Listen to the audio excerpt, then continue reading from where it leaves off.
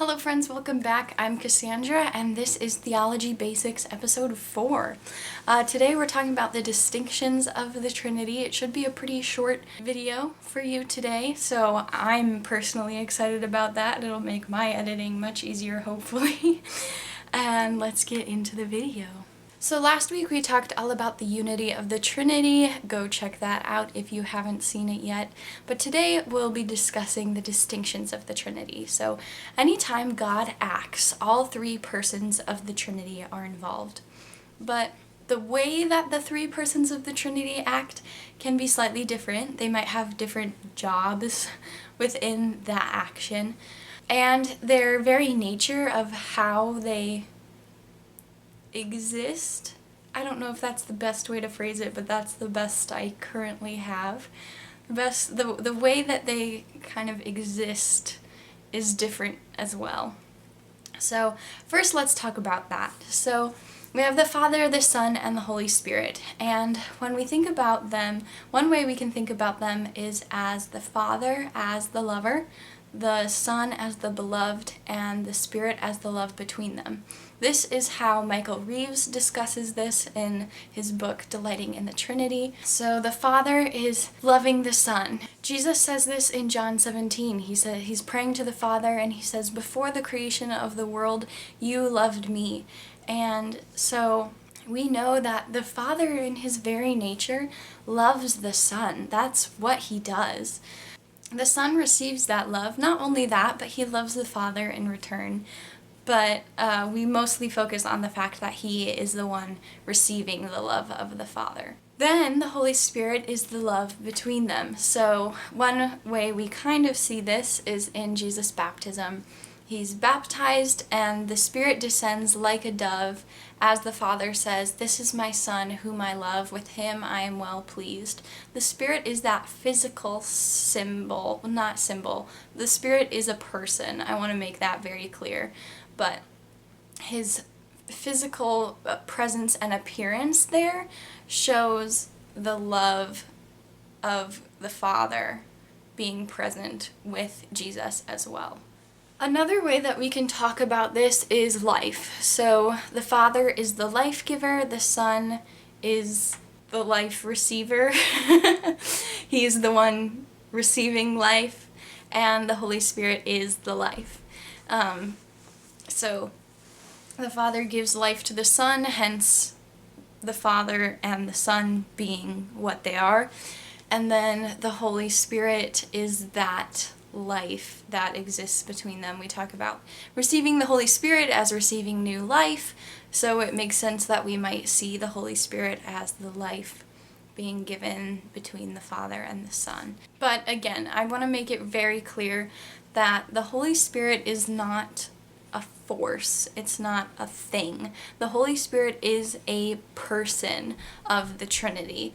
And so even in these ways that we talk about the distinction of God, sometimes it does do a disservice to the person of the Holy Spirit because we label him as a thing instead of a type of person. So just know that these analogies are falling short, but hopefully they help you at least start to get a glimpse of why we differentiate between the Father, the Son, and the Holy Spirit. I don't in any way want these words to limit your understanding of who God is, but if you have no idea really where to even start when you think about the Trinity, hopefully this is a good starting place. That's my goal here. So when we think about how these persons of the Trinity function then as God acts, let's look at the creation of the world. So it says, "In the beginning, the world was formless and void, and the Spirit of God was hovering over the waters. And then God spoke and said, 'Let there be light,' and there was light." So God is God, our one God, three persons God in the beginning. The Spirit of God is hovering over the waters. He is ready. He is present and ready. And the Father speaks the word, and the word, Here's John. The Word was God, and the Word was with God. All things were made through him. Without him, nothing that was made has been made. So Jesus is there. He's the Word being spoken. He is creating with the Father, with the Spirit. They are all partaking in creation, but they're doing slightly different things. Just like in Jesus' baptism, they're all there participating in the baptism. The Father speaks, the Holy Spirit descends, and Jesus is the one being baptized, but they're all present and acting in that action.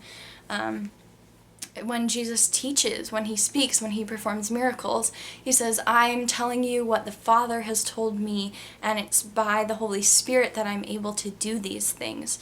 So they're always, always acting as one, while at the same time doing slightly different things.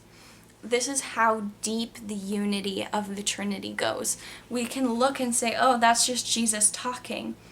But in reality, he's being told by the Father what to say, and the Spirit is working through him all at that same time, while all we might see is a man speaking. So I hope this was a good little overview for you of the distinctions between each person. We're going to be spending more time on each person of the Trinity, so we'll have a video for the Father, a video for the Son, and a video for the Holy Spirit. But before we do that, I want to address a question in next week's video that comes up quite a bit, especially on the internet, about the Trinity being biblical. The word Trinity is never in the Bible, and so how do we know that the Trinity is legit and biblical? Hopefully you've seen that already through these videos, but I want to address that question specifically.